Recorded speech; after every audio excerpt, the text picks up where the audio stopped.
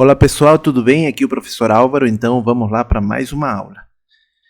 Hoje vamos falar sobre a microbiota humana, tá? Tanto que teremos duas aulas para falar, porque ele é um tema realmente bastante extenso e a gente abordará basicamente algumas implicações na saúde e na doença. Nessa primeira aula nós focaremos também em uma breve síntese, do como que se gera, onde que estão, qual que é a importância dessa microbiota humana, no caso, e a implicação que ela vai trazer na saúde e na doença, tá?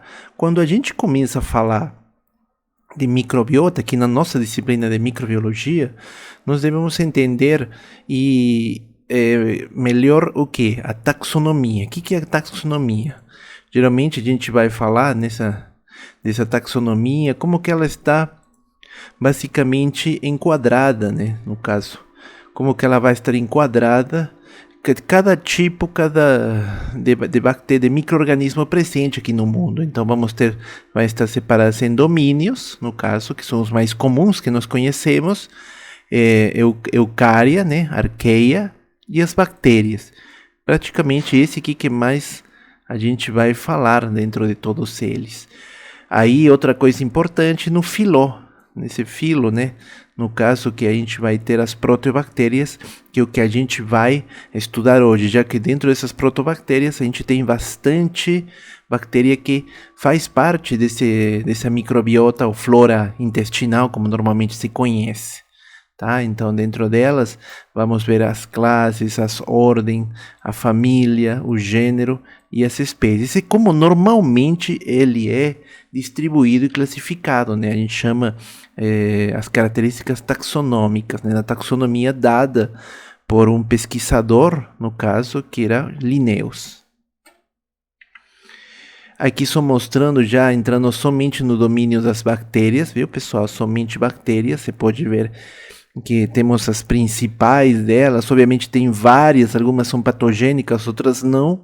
Normalmente, a primeira que a gente vai observar aqui, você pode observar, são as proteobactérias, e as que normalmente são conhecidas, onde a gente se encaixa grande parte das gram-negativas, e aqui que teríamos as gram-positivas. No caso, obviamente também temos outras, as cianobactérias, já tínhamos falado um pouquinho delas, as espiroquetas, que a gente encontra bastante parecido com a sífilis, enfim, bactérias verdes não sulfurosas, as sulfurosas.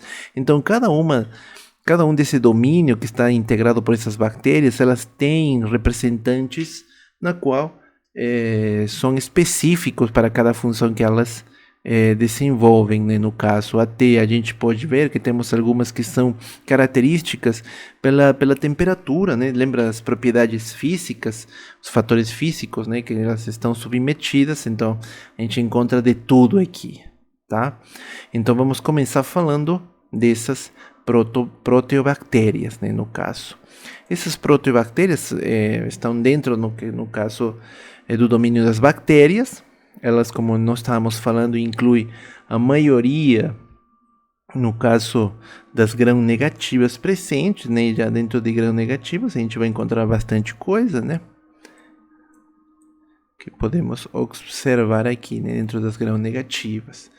Ela é o maior grupo em termos de diversidade de espécies, uma coisa assim até que ressalta, mas gente, quantas bactérias a gente tem nessa nossa flora intestinal? Então, normalmente, são trilhões de bactérias. Normalmente, de acordo com uma estimativa do primeiro trabalho que foi falado sobre essa questão, se falava que tinha que para cada 10 células humanas tinha uma célula bacteriana. Então, já mais ou menos vai pensando se nós temos 3 trilhões de células, então quantas bactérias nós temos dentro da nossa flora intestinal, ou microbiota, que a gente vai chamar um nome mais técnico, tá?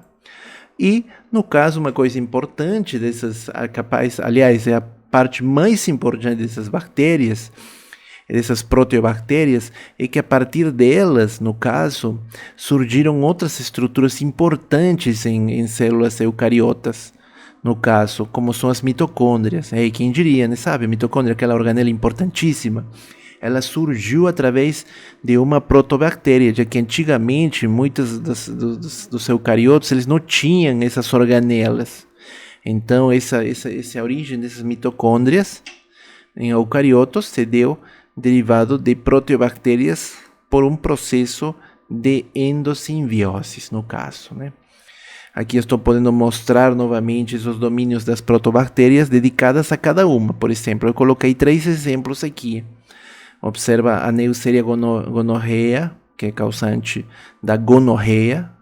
Temos do outro lado, no caso, aqui temos a Escherichia coli, que é a estrutura comensal, né, no caso. E ela é causante de gastroenterites também, né? E está envolvida também até infecções urinárias, no caso, né? Tanto que, nossa, mas como assim, né? É uma bactéria que está no microbiota, no intestino, e depois vai para causar infecção urinária? Como assim? Bom, enfim, isso a gente vai tocar mais para frente para uma explicação do que acontece com isso, tá bom? Bem, e no caso, temos outra também, a Helicobacter pylori, no caso que é especialista em provocar úlceras, né? Aquela gastrite, no caso erosiva, né? Já que ela pode até provocar também, está envolvida em casos de câncer estomacal. Aqui, normalmente, se você põe a ver o domínio dessas 3, é bactéria, tá? Das 3, né? No caso é bactéria. Se a gente for falar o filo, também é proteobactéria, né? Não esquece. Já a partir dali, já muda totalmente. A partir da classe, ela muda grande parte do que elas são. No caso, a classe, né, temos uma beta-proteobactéria. E isso se deve às suas estruturas, né? Que tem uma configuração beta. Você pode dar gonorreia, né? Da E. coli é gama. E no caso da Helicobacter pylori, uma Y. Então você vai perceber se elas mudam, né, no caso. Nas ordens também, né, geralmente a ordem é bem parecida, ordem e família, geralmente são bem parecidas com o nome da própria bactéria, né, da ordem Neisseria, isso na gonorreia, né, na E. coli Enterobacterialis. Já na Helicobacter pylori, antigamente era chamada Campylobacter, né, tanto que depois mudou esse é para Helicobacter, né, no caso. Se você vê já no gênero Neisseria da gonorreia, da Escherichia coli Escherichia, e no caso do Helicobacter, o próprio Helicobacter com o nome da espécie, que já é característico de cada uma. Tá certo, pessoal? Bora lá. Lembra que eu tinha falado aqui, uma explicação rápida do que é, nesse caso, a formação das mitocôndrias de células dos eucariotos, né? No caso que eu tinha falado que elas, num primeiro momento, elas não tinham, né? Então, muitas vezes, que se deu? Se deu uma junção, no caso, entre arqueobactérias, que elas não tinham, no caso, essas organelas das mitocôndrias, e as protobactérias aeróbicas. Essas proteobactérias aeróbicas, elas se juntaram, na verdade, elas entraram dentro dessas arqueobactérias metanogênicas, no caso, através de um processo de parasitismo intracelular, e que depois se transformou numa simbiose, né? Então teve uma ajuda. Aí teve o quê? Teve transferência de genes daquelas proteobactérias aeróbicas para um protonúcleo. E isso, após isso acontecer, né, no caso dessa transferência, essas proteobactérias perderam autonomia e se tornaram organelas celulares, já que passaram todo, no caso, o material, esse material para quem? Para o núcleo dessa arqueobactéria, que até o momento era primitiva, né? E se transformou aí novamente, se transformou em um núcleo definido e ao mesmo tempo criaram essas mitocôndrias, né? A partir dali que se inicia isso. A gente está falando muito tempo atrás, né? No caso, milhões de anos para esse processo adaptativo, né? No caso.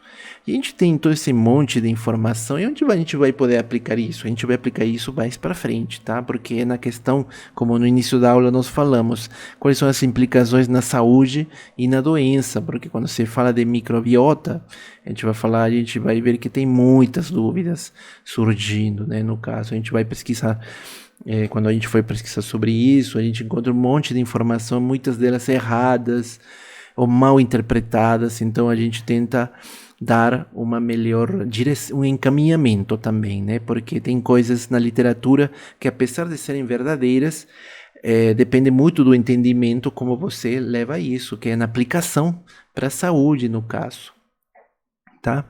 E no caso, o que é microbiota e flora? No caso, são duas palavras, né? Diferentes, né? No caso. Então, vamos lá, o que é? De acordo, né, no caso, pela definição, a gente chama microbiota, é uma população, obviamente, de micro-organismos que podem habitar externamente, pode-se falar na pele, e internamente através de membranas mucosas de um indivíduo saudável, né, numa relação que a gente pode chamar de várias formas, né? Quais são os sinônimos dessa microbiota? Como a gente chama ela normalmente? Você pode encontrar ela falando de microbiota normal, microbiota indígena, que é própria, né? Microbiota autóctone e microbiota residente, tá? Quando a gente fala, né, do termo microbiota, seria isso, basicamente. Mas também temos outro termo, que é a flora, que é um termo mais antigo, né? Normalmente a galera fala mais disso, flora intestinal. Mas quando a gente se remete ao conceito certo, você percebe que flora se refere a plantas, né, no caso. Enquanto que micro-organismos pertencem ao grupo protista e das bactérias, então não tem nada a ver. Mas o termo ficou estabelecido, né, já que eles foram classificados entre as plantas pelo taxonomista Linnaeus, no caso, né? Há muito tempo atrás. Sabe aquele primeiro que eu falei sobre a taxonomia, né? Então ficou meio que assim, né? Mas um termo correto e que a gente fala é a microbiota humana, né? No caso. Que ela pode ser externa e interna, não esqueça. Um desequilíbrio nisso, ela pode causar o quê? Uma disbiose, que é uma coisa que a gente vai focar, já que uma implicação, né, na saúde e na doença, né, a gente vai falar isso. E normalmente quando se fala essa disbiose, é mais que um desequilíbrio nessa microbiota que está associada com as doenças que vão aparecer, que são provocadas muitas vezes por esses próprios micro-organismos presentes, no caso. E aí você vem então responder essa pergunta: a microbiota é estável? Não. A microbiota não é estável dependendo o tipo que você me perguntar. Ela pode ser também, pode ter um desequilíbrio devido a muitas coisas, muitos fatores que a gente vai falar sobre isso, mas a gente precisa entender quais são esses tipos. Temos tipos vários, né? No caso que a gente vai ver, né? Um dos principais são esses que estamos mostrando agora, que são a microbiota transitória de passo, né? Está transitando, não é fixa, por isso ela também se chama alóctone, que é o oposto de autóctone. Quando fala autóctone, próprio do lugar. Agora essas alóctone, elas não, são de trânsito, elas não ficam, ou exógenas, né, no caso. E está composto por micro-organismos que podem habitar a pele ou membranas mucosas por horas, dias ou semanas. Entendeu? Então elas são de trânsito, aproveitam, no caso, o momento, e elas não se restabelecerão autonomamente, desculpe. Então, você pode ver essa diferença nessa microbiota transitória. Agora, temos também as oportunistas. Essas oportunistas, elas já mais que tudo são aquelas patógenas, que normalmente eles estão em um estado de latência, né? Então, inócuas.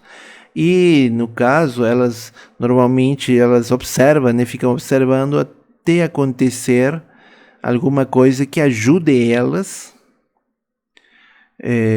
quando tenham, sabe, outro tipo de bactéria que domina elas, esse tipo de bactérias, ela cai ou diminui, aí elas podem aproveitar essa oportunidade para elas virar o jogo, né, no caso, para elas crescerem, aumentarem suas colônias. Lembrando, né, que o principal objetivo das bactérias é a multiplicação, é o crescimento bacteriano. Só que elas, às vezes, entre essas bactérias, no caso, dentro do microbiota, da microbiota intestinal humana, elas são contidas, umas contêm as outras. Umas, assim, entre aspas, né, são do bem contendo as do mal. Mas, cara, não se engana, isso aí é muito relativo, porque às vezes vira o jogo. As do mal são as que controlam as do bem e vira um equilíbrio aí. Entendeu? Assim, entre aspas, tá, pessoal? Então, essas que nós chamamos de oportunistas, por exemplo, né, no caso, temos a Staphylococcus epidermidis, né, que a gente tinha falado, que são muito da pele, mas também elas podem ser levadas para, no caso, para a parte interna através de um catéter. Imaginemos, né, a aplicação de um catéter intravesical, no caso, ou através quando você faz um processo de broncoaspiração e o catéter que se utiliza. Então, por isso tem que ser, no caso, materiais estéreis, né? No caso, se não vai levar alguma dessas bactérias para dentro, no caso, Staphylococcus epidermidis. Ou também em pacientes que são imunocomprometidos, imunidade baixa, na qual essa microbiota, seja oportunista ou transitória, ela pode se multiplicar em excesso e levar aquilo que nós estamos falando, que é o desequilíbrio. No caso, em 2007, teve iniciou-se, né, no caso, um projeto chamado Microbioma Humano, para observar, obviamente, em indivíduos saudáveis, que ele foi feito um programa, né, que gastou 173 milhões, no caso, de dólares, né, aqui as informações, foi desenvolvido por 80 universidades, foi feito em 2007 e 2014, teve para analisar pacientes de todo o mundo, né, no caso, já que eram 80 universidades de vários países, e se analisaram 300 indivíduos saudáveis, né, no caso. Com isso, eles conseguiram obter algumas respostas que a gente tinha frente àquelas dúvidas que até agora às vezes tem, né? Primeiro, né, que tem 100 trilhões de organismos, 10 vezes mais células procariontes, no caso, e no caso, é microbioma, né? Ela tem 1 a 3% do peso corporal. São mais de 10 mil espécies microbianas presentes nessa microbiota. Lembrando que o genoma, né, humano possui 22 mil genes, né? O microbioma contribui com cerca de 8 milhões de genes. Então, isso também se intensifica na ajuda, no caso, para o próprio corpo. Então, aí mesmo também o material genético é bem maior, né, 360 vezes. E quase os de 80% a 95% são não cultiváveis in vitro. Então, quando retira, né, lembra, para a gente fazer através de um meio de cultura, é bem difícil recriar ela no meio de cultura. Não se consegue fazer isso, no caso. Aqui só mostrando, né, até foi chamado esse microbiota de metrópole bacteriana, né, pela quantidade que tem. Obviamente, no intestino é o principal local, né, sistema digestório, mas temos outros lugares na qual eles estão presentes. Imagina o nariz e garganta, nos olhos, né, no caso aqui nariz e garganta, nos olhos, na boca, no sistema digestório onde mais tem, né, 500 a 1000 espécies, no sistema reprodutor e na pele. Então são os locais que a gente vai ter mais e que conformam o que nós chamamos de metrópole bacteriana. Aí vem aquela pergunta, né, que tínhamos até tentado comentar agora há pouco. As bactérias vivem em harmonia? Não. bactérias, pelo simples fato que tínhamos falado nos inícios, elas têm um objetivo de proliferação, e para isso é um alto teor de competitividade mesmo entre elas, por causa do quê? De recursos, local, espaço, enfim.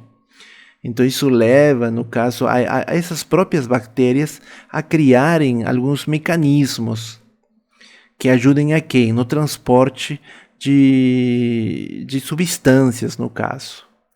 Como é o caso, né, de um trabalho aqui, que isso na verdade tem até aqui a fonte, viu, pessoal?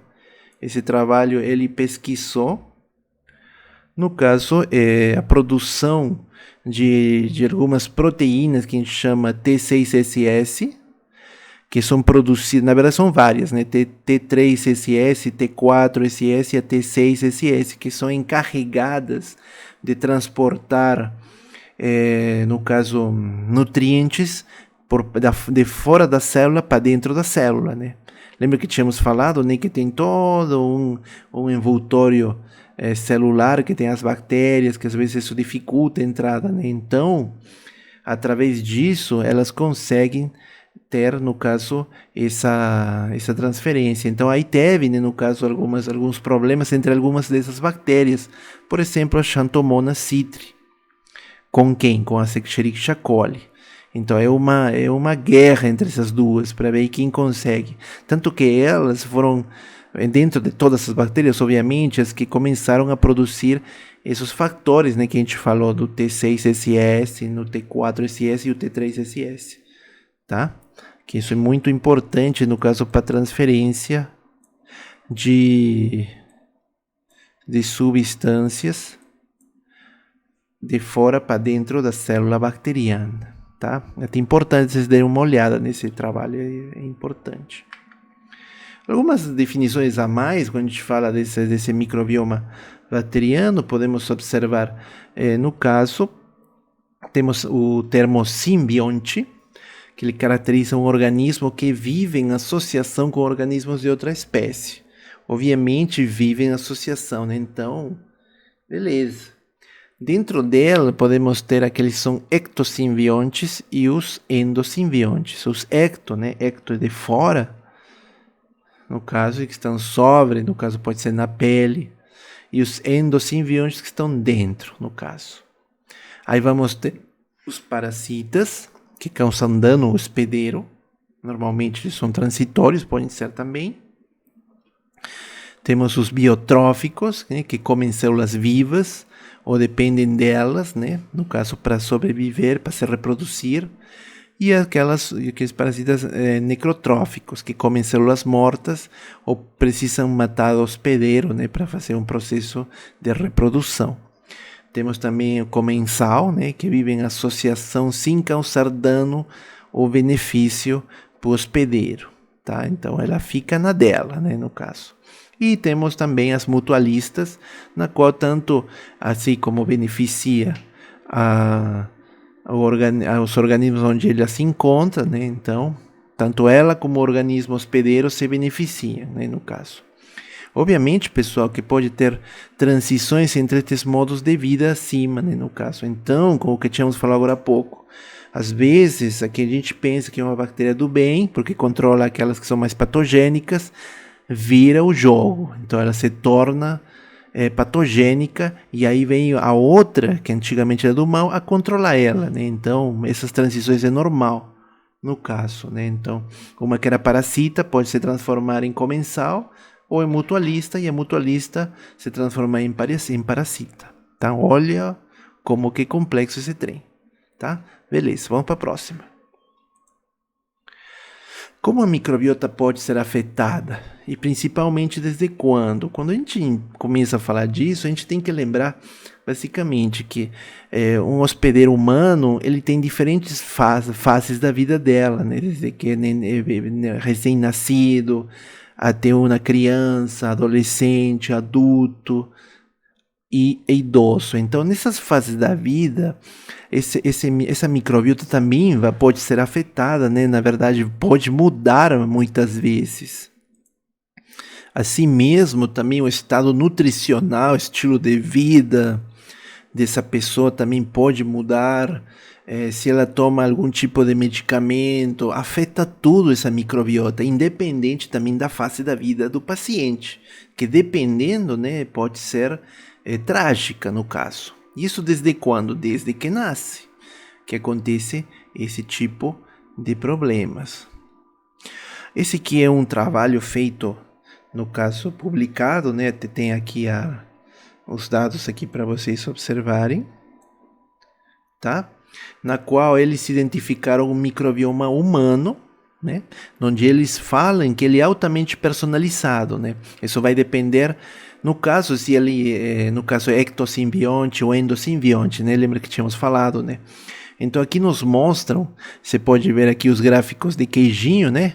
São gráficos pizza também conhecidos, na qual tem várias cores. Essas cores identificam que, no caso, as bactérias, as populações presentes. Então cada cor é uma bactéria diferente.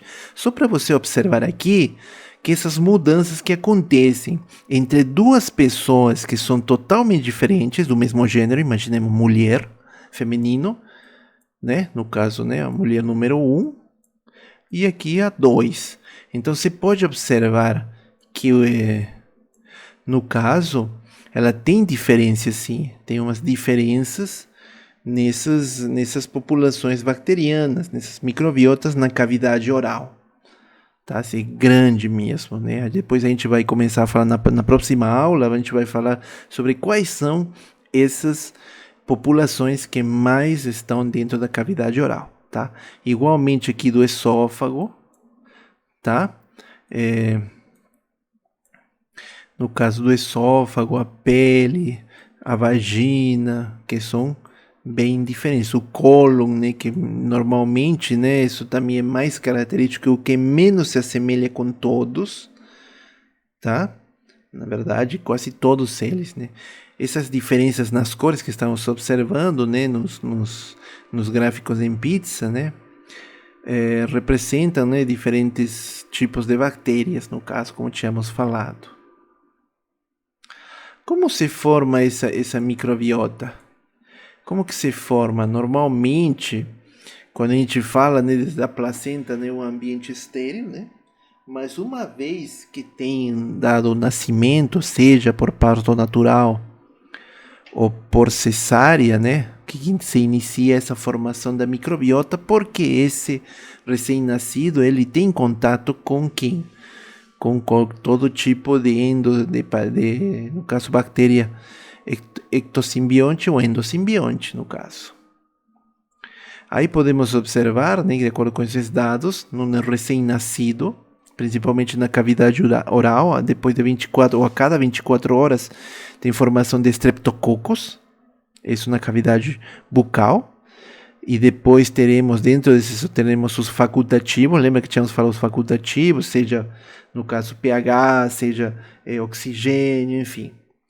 E depois de 6 meses, ele vai conseguir desenvolver outro tipo de micro-organismos que sejam anaeróbios, né? De anaeróbios sem oxigênio. Assim também no trato intestinal, já é mais rápido, é a cada 2 horas que tem, no caso, essas bactérias. Normalmente, muitas delas provêm de onde? Da mãe. Que são bactérias maternas ou propriamente do ambiente. Dentro delas vamos ter o quê? Umas comuns, né? Os lactobacilos e os streptococcus. Tá? Depois disso vai ter uma colonização por parte dos anaeróbios, né? No caso, aí temos principalmente as Clostridium, os bacteroides e as Bifidobacterium, né? Que são as que mais integram essas, no caso, essa microbiota, né? Se for no caso, né, feminino, né, o trato vaginal, também é a cada 24 horas, podemos ter os lactobacilos. Depois de 2 meses, no caso, temos já uma flora mista, né, uma microbiota mista, que ela pode mudar também quando iniciar o processo da puberdade, né? No caso, até falar da vida sexual ativa, né? Que vai ter uma mudança, na qual vamos ter presentes micro-organismos como os streptococcus e os lactobacilos, tá? Mas assim, isso falando um recém-nascido. Mas aonde que no caso, esses micro-organismos albergam, né? Onde que eles ficam? Aí vai ter, no caso, na pele, né, que tínhamos falado, cavidade oral, trato respiratório, trato gastrointestinal e trato geniturinário. Isso normalmente, porque esses aqui são sistemas abertos, né? Se você ver, de acordo com o conceito anatomofisiológico, não sei, são sistemas abertos. E já nos sistemas estéreis, no caso, né, pode ser em alguns órgãos, em sangue, tecidos internos e sistema linfático, tá? Como podemos observar. Vamos iniciar, no caso, com o da pele, tá? Da pele, na qual vamos encontrar estruturas, micro-organismos presentes, a gente vai chamar de ectosimbiontes, né? Ou externos, né, no caso. Nesse caso, a gente tem que identificar que nessa pele, né, no caso, tanto epiderme, derme e hipoderme, principalmente, elas têm camadas presentes, no caso, e nós vamos encontrar diferentes tipos. Aqui na figura podemos observar que podemos ter vírus, bactérias ou fungos. E eles normalmente, eles gostam bastante de alguns substratos que podem ser encontrados na própria pele, como por exemplo ácidos graxos ou algum tipo de modulina solúvel em fenóis, né, também que a gente chama, que é mais para bactérias. No caso de fungos, eles gostam bastante de peptídeos presentes, no caso. E normalmente, esses geralmente são produzidos muitas vezes por quem? Pelas glândulas sebáceas, no caso, né, como está mostrando aqui. E vamos chegar, né, por que o acné, né, que a gente vê tudo a partir disso. E através dos queranócitos, né, de queratina, né, no caso. Aí, esse problema, né, no caso, quando uma dessas bactérias, elas entram, né, dentro de um folículo piloso, né, que vão provocar, no caso, um processo inflamatório, a chegada de células de defesa, ativação, no caso, de mediadores inflamatórios. Então, nesse momento que elas se transformam em patógenas, no caso, para o ser humano, né? Então, como tínhamos falado, secreções sebáceas, né? No caso, por causa dos lipídios, que servem de alimento e mantêm a temperatura. As secreções sudoríparas, que contêm ureia, aminoácidos, que só gostam também, no caso, fungos ou bactérias. No caso, para isso, né, normalmente tem lipídios inibitórios, lisocimas, o ácido lático, que abaixa o pH. Lembrando que o pHs altos, né, na verdade, pH mais ácidos, isso também provocou aumento. Então, se você abaixar o pH, controla essa colonização por parte desses micro-organismos. Aí temos também dentro delas, que na pele gostam bastante populações também dentro das residentes, aquelas que são autóctonas, e as transitórias. Dentro delas podemos falar basicamente das bactérias e fungos, no caso as leveduras, por exemplo, dentro dos fungos. Vamos ter as gram-positivas, as streptococo, as estafilococo, Corynebacterium e as Propionibacterium acnes. Então, essas daqui, principalmente até a Propionibacterium, são as que estão envolvidas com esse acné, no caso, né? Staphylococcus e Propionibacterium produzem ácidos graxos que inibem o crescimento de fungos e leveduras. Então, por um lado, é tranquilo, né? Mas, pelo outro, tem esse problema no caso do acné. E as gram-negativas já elas são mais ocasionais, não é tão comum observar na pele gram-negativas, é sempre mais gram-positivas.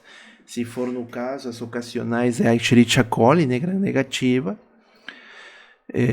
e algumas outras 180 espécies de bactérias, né, no caso. Só que elas vamos encontrar elas aonde? Em regiões de maior densidade, regiões úmidas praticamente, né? Axilas, unhas e entre os dedos dos pés, né, no caso.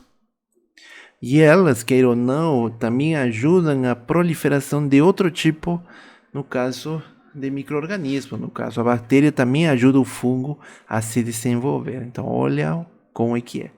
Aqui alguns gráficos, umas imagens mostrando, no caso, esse Propionibacterium acnes, tá? Que ele é muito comum, é um dos específicos que pode provocar esse tipo de acné, né, mais agressivo, né, que destrói essa pele, no caso. Na boca, pessoal, também é a mesma coisa. Na boca já estamos entrando em cavidade oral, né? No caso, também vamos entrar, envolve, né? No caso, até a língua, os dentes.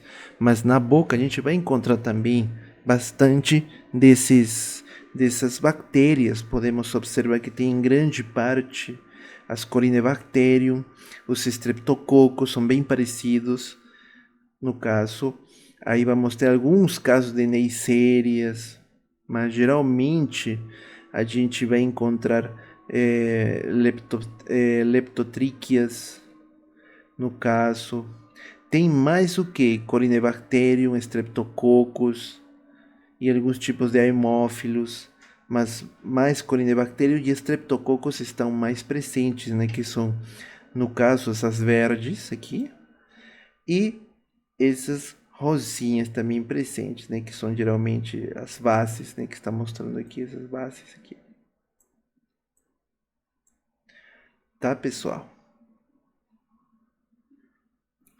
Na boca e o trato respiratório superior, por ser ali um ambiente úmido, é propício para essa produção de bactérias. Além do mais, ela tem uma alta concentração de matéria orgânica, né? Então, por ser um local que inicia o processo de digestão de alimentos, então tem resíduos, o qual deles muitas bactérias aproveitam para aproveitar no caso, essas reservas de energia, né? Porque ela também tem um pH neutro, também ajuda. Ela exerce o controle através da lisocima, né, e lactoperoxidase, que produz ácido lático, né, que vai abaixar, no caso, o pH, né? O muco também é importante e o movimento ciliar. Na microbiota do trato respiratório superior, nós vamos encontrar, no caso, nessa região aqui, Staphylococcus epidermidis, já tínhamos falado, né? Corynebacterium e o Staphylococcus aureus, né? Já na região, no caso, orofaríngea, né? Que é esse daqui, né? Que é a orofaríngea. Vamos encontrar, basicamente, Streptococcus, no caso, e alguns cocos gram-negativos, né? Como Streptococcus pneumoniae, Piógenes, o Haemophilus influenzae e a Neisseria meningitis. Tá, pessoal? Essa colonização, né, que vai acontecer na cavidade oral, normalmente vai se dar, né, no primeiro ano de vida, tá? Tanto como tínhamos visto, né, por bactérias anaeróbias e aerotolerantes. Tá? Então você percebe que é sempre o processo de adaptação das bactérias que torna elas não somente aeróbias, sino anaeróbias e aerotolerantes. E também a gente aumenta essa colonização quando tem o nascimento dos dentes, principalmente. Aí vai estar envolvido micro-organismos anaeróbios, que vão afetar o que? As cavidades gengivais e superfícies dentárias, no caso. Que aí vamos ter streptococcus envolvidos, lactobacilos e corynebacteriums. Tá, pessoal? Então isso aqui é muito importante para você entender como que essas bactérias elas vão colonizando pouco a pouco desde o início da vida. Tá, pessoal? Então, acho que ficou claro até aqui, de uma maneira bem explicativa. Se você tiver alguma dúvida, entre em contato que a gente conversa mais na próxima aula. A gente vai fazer uma revisão dessa primeira aula, tá? E a gente continua com as próximas. O que mais é importante ressaltar aqui? Aqueles conceitos que nós estávamos falando no início. Assim também a entender que essa colonização ela é diferente em cada indivíduo, tá? Ela é muito diferente em cada indivíduo, Portanto, a gente tem que perceber que, além da idade, também o indivíduo, ela vai personalizar a microbiota que ela vai ter. Tá? É uma coisa importantíssima. Vocês estão ouvindo falar que lactobacilos e tudo isso. A gente vai falar na próxima aula como que isso está relacionado com a saúde. Tá? A gente tem várias, eu acredito que vocês vão tirar muita dúvida que vocês tinham referente ao uso de lactobacilos, os probióticos, prebióticos. A gente vai falar sobre isso também, já que faz parte dessa nossa disciplina, e entender algumas coisas importantes sobre o cada vez menos desconhecido sistema digestório e como que isso vai trabalhar para um correto desenvolvimento tanto do sistema como da saúde desse paciente. Então, não esqueçam do que? Caso não tenha entendido, tem meu canal aqui para vocês se inscreverem, tá? Deixar o like aí, e se inscreve para você receber novas notificações sobre novas aulas que estão chegando, tá, pessoal? Aqui as referências da nossa aula de hoje, tá? Qualquer dúvida, entramos em contato, tá, pessoal? Um abração aí. Tchau, tchau.